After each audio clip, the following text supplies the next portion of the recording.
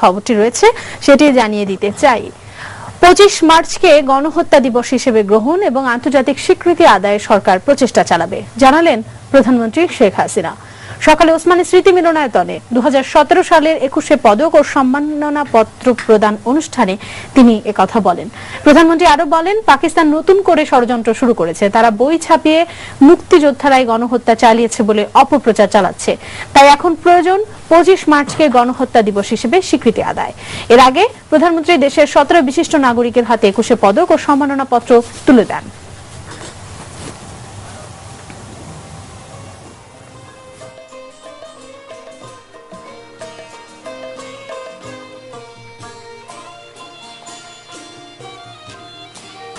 মার্চকে একটা গণহত্যা দিবস হিসেবে আমাদের গ্রহণ করা এবং এ ব্যাপারে আমি মনে করি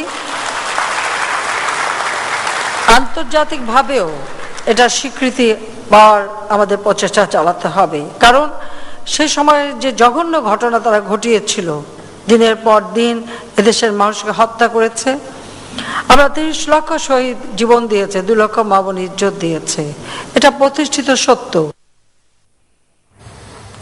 প্রধানমন্ত্রী শেখ হাসিনা আগামী এপ্রিলে পদ্মা সেতুতে রেল সংযোগ প্রকল্পের ভিত্তিপ্রস্তর স্থাপন করবেন বলে জানিয়েছেন রেলমন্ত্রী মুজিবুল হক। সকালে কমলাপুর রেলওয়ে স্টেশনে সাদা কোচ সংযোজন করে রংপুর এক্সপ্রেস ট্রেন উদ্বোধন শেষে সাংবাদিকদের কথা জানান তিনি। এ সময় রেলমন্ত্রী বলেন, আগামী মাসে চীনের সঙ্গে সরকারের ঋণ চুক্তি হবে। তার পরের মাসেই প্রধানমন্ত্রী পদ্মা সেতুতে রেল সংযোগ প্রকল্পের ভিত্তিপ্রস্তর স্থাপন করবেন। এছাড়া এপ্রিলের শুরুর দিকে দ্বিতীয় ভৈরব রেল সেতুরও উদ্বোধন করবেন প্রধানমন্ত্রী শেখ হাসিনা।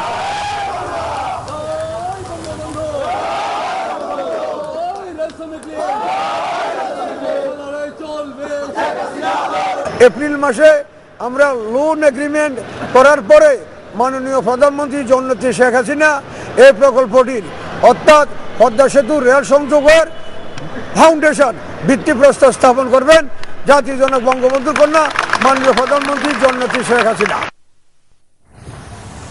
আরো খবর, বেগম খালেদা জিয়াকে ছাড়া আগামী নির্বাচন হতে পারবে না বলে আবারও হুঁশিয়ারি দিয়েছেন বিএনপি নেতারা। রোববার সকালে নয়াপল্টনে বিএনপির কেন্দ্রীয় কার্যালয়ে আয়োজিত সংবাদ সম্মেলনে দলটির সিনিয়র যুগ্ম মহাসচিব রুহুল কবির রিজভী বলেন, খালেদা জিয়ার মামলা নিয়ে প্রধানমন্ত্রী একের পর এক মন্তব্য করে আদালতকে প্রভাবিত করার চেষ্টা করছেন। বেগম জিয়ার মামলা রাজনৈতিক উদ্দেশ্যে পরিচালিত হচ্ছে অভিযোগ করে তিনি বলেন, শেখ হাসিনার বিরুদ্ধে একই ধরনের মামলা থাকলেও তার কোনো কার্যক্রম নেই। অন্যদিকে জাতীয় প্রেস ক্লাবের সামনে আয়োজিত মানববন্ধনে চেয়ারপারসনের উপদেষ্টা জয়নুল আবদিন ফারুক বলেন, বিএনপিকে নির্বাচন থেকে বাইরে রাখার জন্যই ষড়যন্ত্র চলছে। যে নির্বাচনের কথা শুনলে এখনো মানুষ দুর্নীতি, ষড়যন্ত্র, আপনাদের গণতান্ত্রিক যদি গণতন্ত্রই বিশ্বাস করে থাকেন তাহলে আপনার মন্ত্রীবর্গের আগামী কথাগুলো বন্ধ করে দেন। এই আগাম কথায় আলোচনা ব্যর্থ হতে পারে, আলোচনার পথ রুদ্ধ হয়ে যেতে পারে। বিএনপির চেয়ারপারসন দেশনেত্রী বেগম খালেদা জিয়া ছাড়া কোনো নির্বাচন হবে না, হতে পারে না, হতে পারবে না। এটা আমি সুস্পষ্টভাবে আপনাদের সামনে আমি এটা জানিয়ে দিলাম। বিএনপি চেয়ারপারসন বেগম খালেদা জিয়ার সঙ্গে সৌজন্য সাক্ষাৎ করেছেন সুইডেনের রাষ্ট্রদূত জন ফ্রিসেল। রোববার বিকেল 5টার দিকে বিএনপি চেয়ারপারসনের গুলশান কার্যালয়ে বৈঠক করেন তারা। সেখানে দুদেশের স্বার্থ সংশ্লিষ্ট বিভিন্ন বিষয় নিয়ে তারা আলোচনা করেন বলে জানা গেছে। এ সময় বিএনপির মহাসচিব মির্জা ফখরুল ইসলাম আলমগীর, স্থায়ী কমিটির সদস্য ডক্টর আব্দুল মঈন খান এবং চেয়ারপারসনের উপদেষ্টা রিয়াজ রহমান উপস্থিত ছিলেন।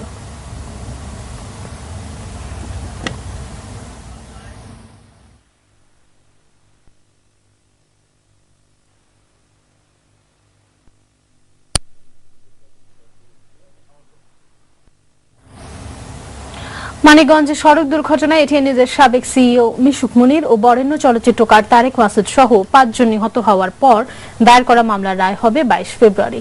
যুক্তিতর্ক উপস্থাপন শেষে মানিকগঞ্জ অতিরিক্ত জেলা ও দায়রা জজ আদালতের বিচারক আল মাহমুদ ফাজল কবির রায় ঘোষণার তারিখ নির্ধারণ করেন এবং মামলার আসামি বাস চালক জামিরের জামিন বহাল রাখেন। 2011 সালের 13 আগস্ট মানিকগঞ্জের ঘিওর উপজেলার জোকা এলাকায় মর্মান্তিক সড়ক দুর্ঘটনায় নিহত হন মিশুক মুনির ও তারেক মাসুদ সহ 5 জন। এই ঘটনায় দায়ের করা মামলায় 2012 সালে 21 মার্চ মানিকগঞ্জ জেলা ও দায়রা জজ আদালতে অভিযোগপত্র দাখিল করে পুলিশ। তাতে বাস চালকের বিরুদ্ধে বেপরোয়া গতিতে গাড়ি চালানো, সাধারণ জখম, গুরুতর জখম, অবহেলার কারণে মৃত্যু ঘটানো এবং মালামাল ক্ষতিগ্রস্ত করার অভিযোগ আনা হয়।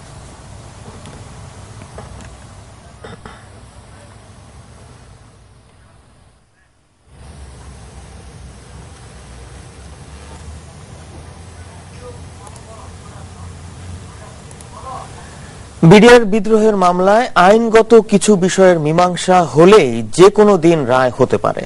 রোববার শুনানি শেষে একথা জানান অ্যাটর্নি জেনারেল মাহবুবে আলম। তিনি বলেন, আসামি পক্ষের শুনানি শেষ হয়েছে, রাষ্ট্রপক্ষের করা আপিলের কিছু দিক নিয়ে প্রশ্ন উঠেছে, এগুলো সুরাহা হলেই রায় ঘোষিত হবে। বিডিআর বিদ্রোহ মামলার আসামিদের অনেককেই খালাস দেওয়া হয়েছে, অনেককেই উপযুক্ত শাস্তি দেওয়া হয়নি উল্লেখ করে 7টি আপিল করেছে রাষ্ট্রপক্ষ। আসামির বক্তব্য, আসামি পক্ষের আইনজীবীদের বক্তব্য, তারপর রাষ্ট্রপক্ষের এদের বক্তব্য দেখে তারা একটা রায় দেবেন। এতে এমনও হতে পারে যে মৃত্যুদণ্ডপ্রাপ্ত আসামি খালাস হতে পারে, আবার তার দণ্ড কমে যাবজ্জীবন হতে পারে, আবার যাকে খালাস দেওয়া হয়েছে তার হয়তো যাবজ্জীবন হতে পারে। তবে নিম্ন আদালত একবার যাকে খালাস দিয়ে দেয়, সেক্ষেত্রে এই আমাদের সাধারণ আইনের বিচারে সচরাচর মৃত্যুদণ্ড বহাল করা হয় না। 21শে ফেব্রুয়ারি আন্তর্জাতিক মাতৃভাষা দিবসে কেন্দ্রীয় শহীদ মিনারে থাকছে 4 স্তরের নিরাপত্তা ব্যবস্থা। রোববার সকালে গণমাধ্যমকে একথা জানিয়েছেন ঢাকা মহানগর কমিশনার আসাদুজ্জামান মিয়া। ডিএমপি কমিশনার জানান, শহীদ মিনারের বেদি থেকে শুরু করে দোয়েল চত্বর, শাহবাগ, নীলক্ষেত, পলাশী, বকশীবাজার পর্যন্ত নিরাপত্তা আয়োজন থাকবে। পোশাকধারী ও সাদা পোশাকে মোট 8000 পুলিশ সদস্য সার্বক্ষণিক দায়িত্ব পালন করবেন। ডিএমপি কমিশনার আরও জানান, বিগত বছরগুলোতে শহীদ মিনারে যেসব স্থানে বিশৃঙ্খলা দেখা দিয়েছিল সেসব স্থানে বাড়তি নিরাপত্তা নেওয়া হয়েছে। শহীদদের প্রতি শ্রদ্ধা জানাতে আসা সবাইকে আর্চওয়ের ভেতর দিয়ে মূল বেদিতে প্রবেশ করতে হবে। এছাড়া সরাসরি ও হ্যান্ড মেটাল ডিটেক্টরের মাধ্যমেও তল্লাশি করা হবে। তাই এই নিরাপত্তা ব্যবস্থাকে দুর্ভোগ মনে না করে আইন শৃঙ্খলা বাহিনীকে সহায়তা করতে সাধারণের প্রতি আহ্বান জানান তিনি। এছাড়া 20 ফেব্রুয়ারি রাত 8টা থেকে 21 ফেব্রুয়ারি দুপুর 2টা পর্যন্ত শহীদ মিনার অভিমুখে সকল সড়কে যান চলাচল বন্ধ থাকবে। শাহবাগ, নীলক্ষেত, পলাশী পুরো এলাকা ওই দিনে কোনো গাড়ি রাত 8টার পরে ঢাকা বিশ্ববিদ্যালয় শহীদ মিনারের দিকে আসতে পারবে না। আমাদের বেষ্টনী ভেদ করে এটা আসা যাবে না। তবে ঢাকা বিশ্ববিদ্যালয় স্টিকারযুক্ত গাড়ি যারা এখানে বসবাস করে সেগুলো শুধুমাত্র আসতে পারবে। 6 মাসের মধ্যে কেন্দ্রীয় শহীদ মিনারের পাশে জাদুঘর তৈরির নির্দেশনা বাস্তবায়নের নির্দেশ দিয়েছেন হাইকোর্ট। শহীদ মিনারের মর্যাদা রক্ষায় এক রিট আবেদনের প্রেক্ষিতে 7 বছর আগে কয়েকটি নির্দেশনা দেন আদালত। তা বাস্তবায়নে এবার আদালত 6 মাসের সময় বেঁধে দিলেন। অন্য মাসগুলোতে শহীদ মিনারের যত্ন আত্তি তেমন বালাই না থাকলেও কেবল গুরুত্ব বাড়ে ভাষার মাসে। তাছাড়া ভাষা আন্দোলনে প্রাণ উৎসর্গকারী মহান বীর ও সৈনিকদের নেই কোনো তালিকা। এসব বিষয়কে সামনে রেখে কেন্দ্রীয় শহীদ মিনারের মর্যাদা ও পবিত্রতা রক্ষায় এবং জাদুঘর স্থাপনের নির্দেশনা চেয়ে পরিবেশবাদী সংগঠন human rights and piece for বাংলাদেশের পক্ষ থেকে একটি রিট আবেদন করা হয়। আদালত আজকে নির্দেশনা দিয়েছেন যে এই যে ভাষা সৈনিকদের যে তালিকা প্রস্তুতির যে অসমাপ্ত কাজ এবং ওখানে যে মিউজিয়াম করা হয় নাই সেটির কাজ, এই কাজগুলো সহ অন্যান্য যে সমস্ত কাজ নির্দেশনা বাস্তবায়িত হয়নি সেগুলো আগামী 6 মাসের মধ্যে এই সমাধা করে আদালতে সচিবকে বলেছেন কমপ্লায়েন্স রিপোর্ট দাখিল করার জন্য। 2010 সালে কেন্দ্রীয় শহীদ মিনারের পাশে গ্রন্থাগার সহ জাদুঘর প্রতিষ্ঠা ও ভাষা সৈনিকদের তালিকা তৈরির 8টি নির্দেশনা দেয়া হলেও 7 বছরেও তা বাস্তবায়ন হয়নি। কয়েক দফা সময় নিয়েও ওই আদেশ বাস্তবায়ন না করায় 2012 সালে আদালত অবমাননার অভিযোগ করেন এই সিনিয়র আইনজীবী। সরকারের পক্ষ থেকে এই আপনার মিউজিয়াম স্থাপন করার জন্য অনেকগুলো স্টেপস তারা নিয়েছিল, পদক্ষেপ, কিন্তু চূড়ান্তভাবে আর অনুমোদন হয়নি। এটি কোথাও না কোথায় আমলাতান্ত্রিক জটিলতায় আটকে আছে। তবে 2013 সালে আদালতের পক্ষ থেকে আদেশ বাস্তবায়নে আবারও নির্দেশনা দেয়া সত্ত্বেও তা না হওয়ায় পুনর্বার আদালতের নজরে আনা হয় বিষয়টি। ফলে রোববার 6 মাসের মধ্যে 8টি নির্দেশনা বাস্তবায়নের সময় বেঁধে দেন আদালত। তবে আদালতের নির্দেশ হলে সরকার তা বাস্তবায়ন করবে বলে জানিয়েছেন অ্যাটর্নি জেনারেল। কিছু কিছু ক্ষেত্রে এগুলো দেখতে হবে যেগুলো এখতিয়ারকার সরকারের না আদালতের।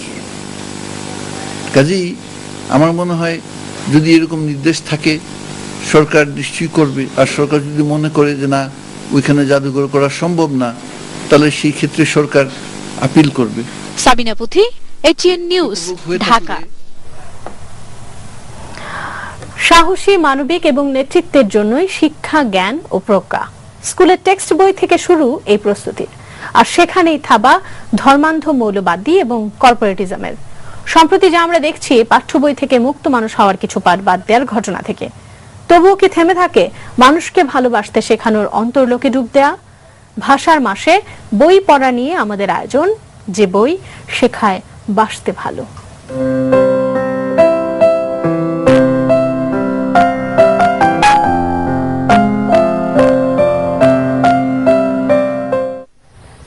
কবিতায় শক্তি, কবিতায় মুক্তি।